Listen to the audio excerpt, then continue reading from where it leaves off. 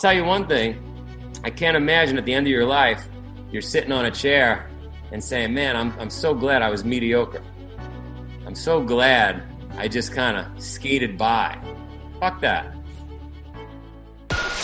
Welcome. What up? To the Habits of the Few. What we got for them? Where we discuss habits, rituals, and mindset tactics that you can use to reach your version of success. Yeah. And now, here's your host, Mo Nabolsi.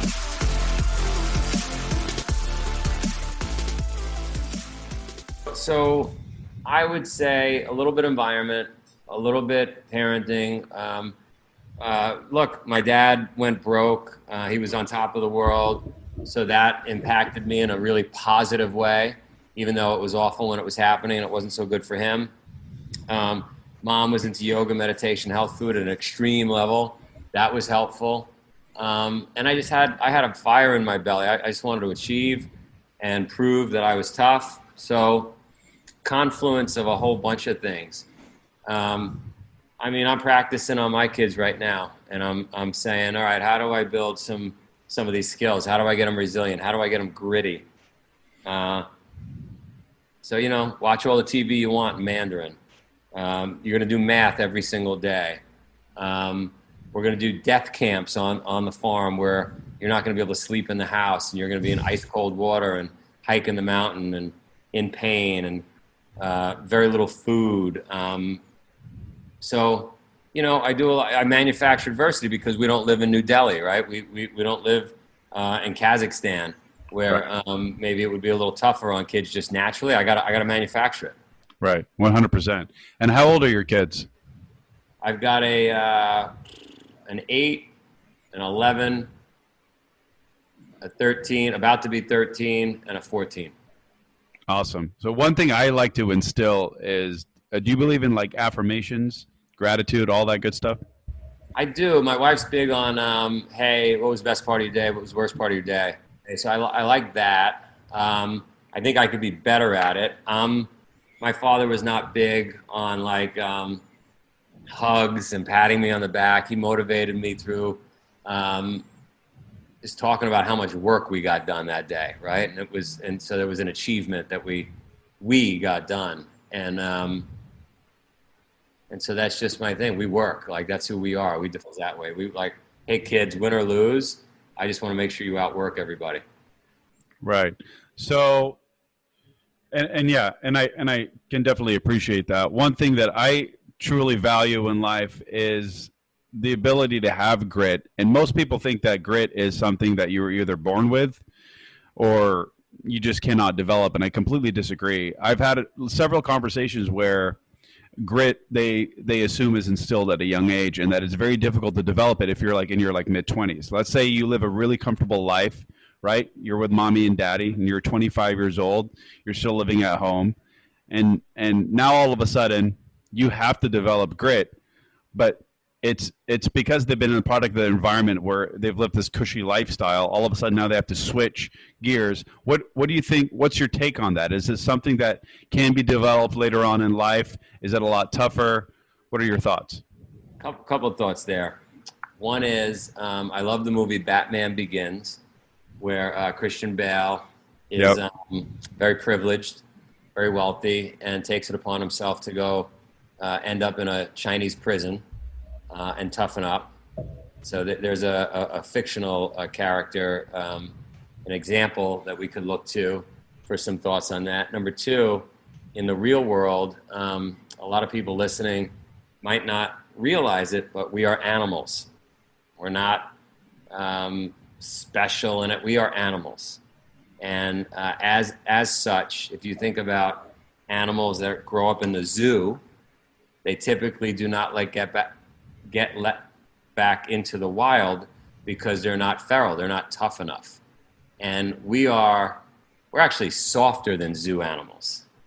And now you can toughen up an animal, but it's hard to toughen them up to the level of being able to go survive in the wild. And that's really what we're talking about here is, can you take a zoo animal that's been pampered and climate controlled and fed on demand and never having to get in a fist fight over lunch and turn them into resilient creature. And I think deep down inside, we all started that way, just like that zoo animal.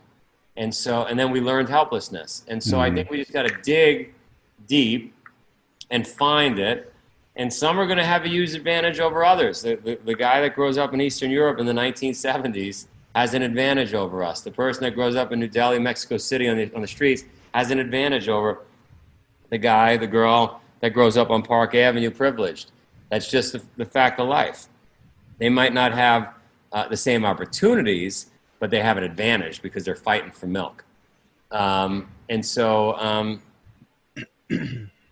that's my take. I think it could be developed.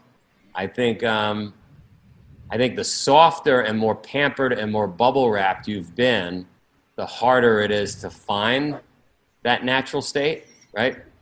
That's just a more Listen, I had 8 pit bulls on this farm, and they were tough when they were babies, just like humans are tough when they're babies.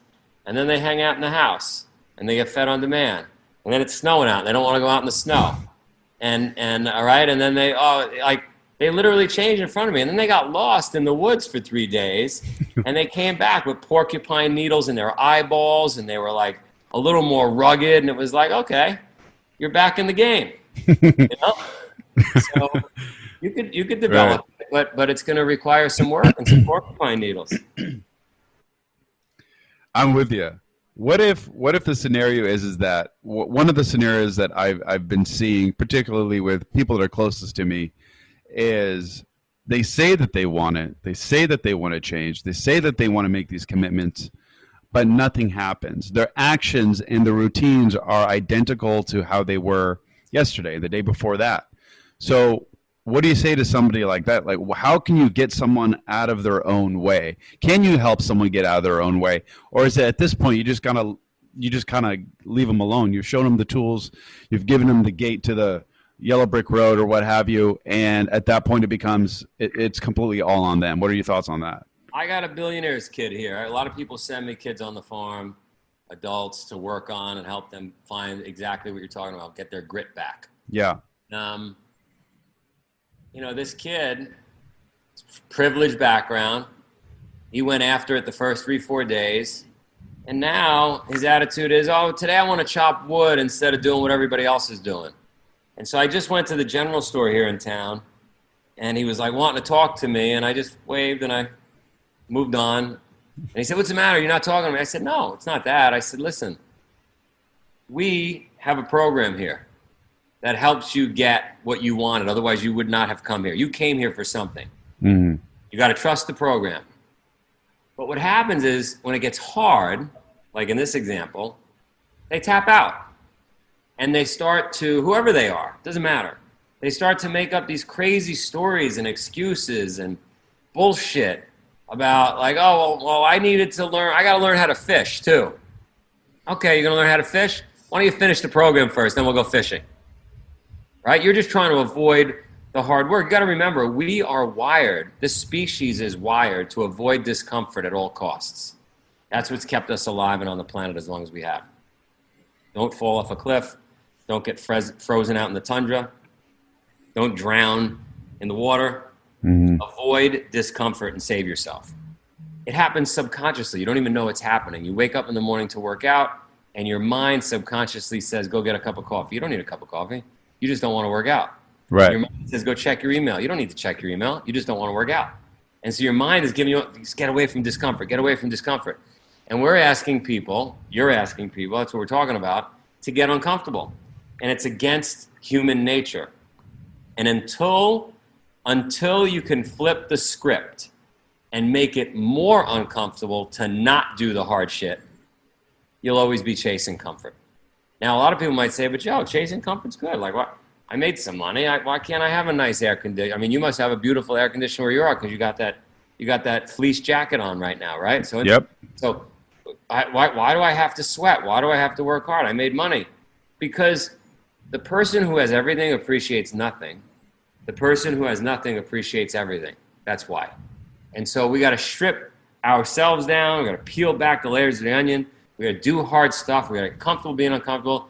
And when we do that, we're happier. We've got more fortitude.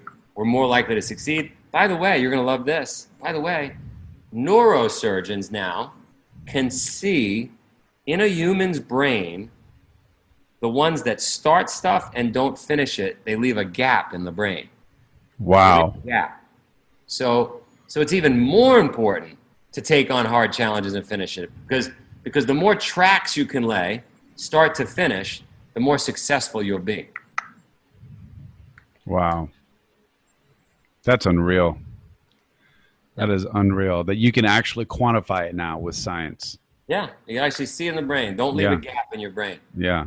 Don't quit piano. You started playing piano, and then you were like, oh, it's too hard. I don't want to do it. You left a gap in the brain. Wow. How can you make an excuse now?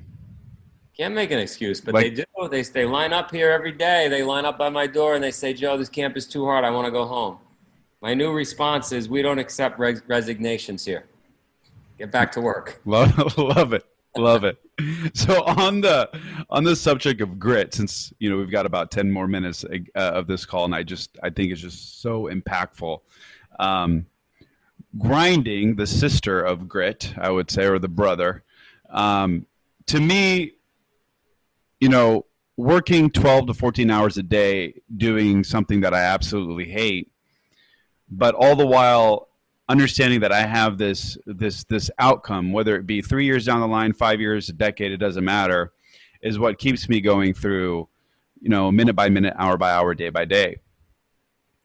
What would your representation of grinding be? Is it just doing the work, or is it being intelligent when you're doing the work, or is it just buckling down and just striving for success, all the while understanding that the success may not be the destination? It could be very well the journey, or it could be something that you're going to achieve in a completely different avenue. That's something that I've uncovered in my life. I come from a marketing background, and I've done that for 14 years. And then all of a sudden, in the midst of that, it just changes. And what I do for a living now is completely the opposite of what I had been doing. And it was like everything that I had been doing up to that point built this repertoire. It taught me how to market myself and understand how to build websites and brand and create content, but all the while and understanding that I can do all these things by myself. I don't need my team. I don't need this, that, or the other. And it all helps with what I'm trying to do or what I have been doing in my day job. So would you say that grinding is like something that you go in blindly, or it's something that you have a set goal and you just need to be able to develop the grit in order to grind, and then you just grind with this like almost blind inevitability that you're just going to reach whatever it is you're going to reach at the end game? Does that make sense? I think grinding is just a moment in time where it sucks. I think it's that ability to stay disciplined, to make that commitment, to be vocal about it, and then grind through every single day, all day. Young kids now define grinding as playing video games. I got to grind. That's not grinding. Playing. Right? Grinding is, it sucks. You're sweating. You're pushing. You don't feel like you're making any progress, and you continue to grind through. That's grinding. But I think you gotta lay that commitment out on the table. You gotta be vocal about it. You gotta hang it above your bed, and whatever that thing is. And then you got to be disciplined about what you're going to do to get that thing. And then all day, every day, you got to do it until you achieve it. And that doesn't mean after 10 days you quit because you've tried and it didn't work. That doesn't mean after 100 days you quit. Hold on one second. This is fun. You're good. You're good. I'm in the middle of a podcast, but we're talking about – can you hear me? Can you hear me? Yeah, I'm in the middle of a podcast. You're on the podcast now. We're podcasting about grit and grind, and they were saying that somebody like you, who's in the hot tub a lot. I'll call you back. No, he's a funny guy. The reason I wanted him to get on the podcast was he's got 5 boys. Boy has become a national level wrestler, and how do you do that? And it's through grit and grind. He grinds those boys every single day. He makes me look like Mickey Mouse. But listen, if Elon Musk's ex-wife, she would say, if you want, achievement, if you want extreme success, it requires extreme sacrifice. You're going to piss a lot of people off. A lot of people didn't like Steve Jobs, right? A lot of people didn't like Michael Jordan. Like, that's just the deal. So if you want to be mediocre, you'll be fine. You don't have to, you don't need any grit and a grind. All you need is Netflix. Hey, where do you want to go? You got to make that decision, decide what's good for you. But I'll tell you one thing. I can't imagine at the end of your life, you're sitting on a chair and saying, man, I'm so glad I was mediocre. I'm so glad I just kind of skated by. Fuck that. Yeah, I'd kill myself. Right? Yeah, it's just, I don't know. I don't understand that frame of mind. Like, and I think just, this will be a good transition. A lot of people define success as like multi-millions and billions of dollars in this, that, or the other. So because that's their definition of success, they find that they can choose to live a mediocre life. When in reality, if you're busting your balls and you're fulfilled and you're doing everything you can, you're pouring everything into it, and you're finding fulfillment and happiness and your version of success, then that's success, in my opinion, right? It doesn't have to be quantified by monetary means. Now, I quantify it by monetary means because I want to make an impact. And I believe the more impact you make, the more money it'll be there, but it's not the money that is driving me personally.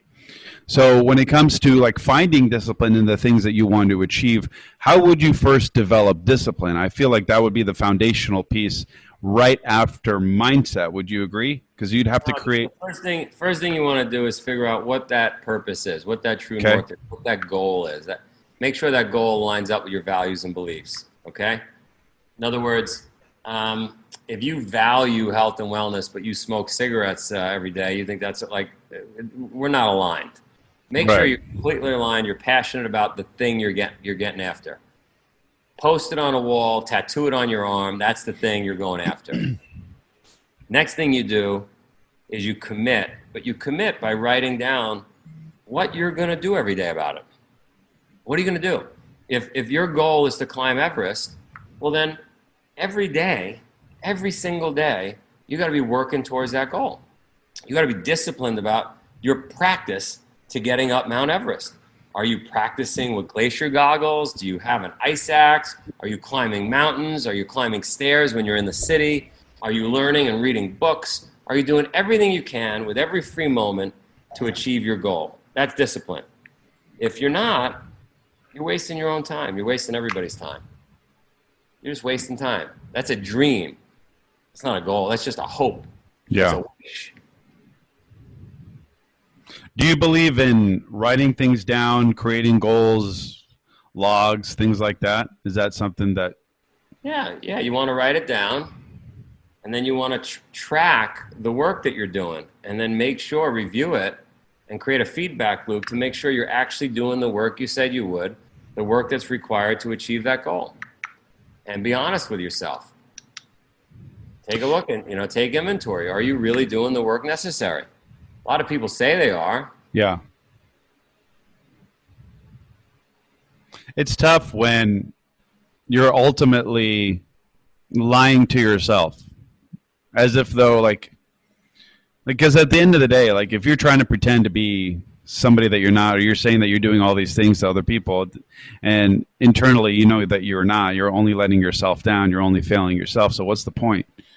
I never understood that mindset of because I'm sure we've all been through it. I've been in a position where I would just completely be blindly lying to myself about just dumb things. Like, no, that's not true. I didn't do that. I didn't commit. I committed to that, but I didn't actually go, or whatever the case may be.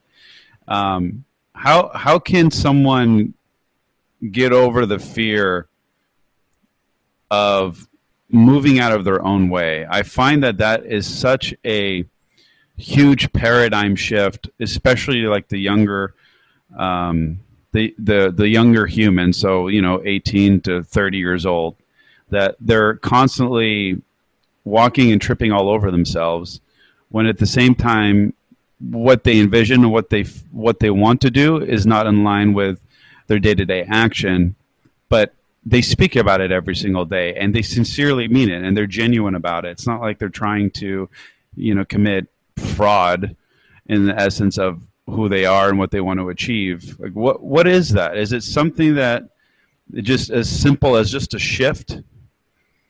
Or I believe in fire, ready, aim. Yeah. I think sit around and you're taking aim and you're getting ready, you never actually get it done. Got it. So I believe in if you access an opportunity, if you see something you want to get after, you just start. You just take the first step, you leave the shore. And you FFIO, you fucking figure it out. Because 99% of us are never going to do it. We're going to talk about it. We're going to think about it. We're going to dream about it. Never going to do it. So I just believe in just start. Just do it. Is it fearful? Yeah. But anything worthwhile is. I love it. I think that's a beautiful way to end it. That was absolutely incredible. You're awesome. Dude, you're awesome. Thank you so much for doing this. It means the world. Go to habitsofthefew.com.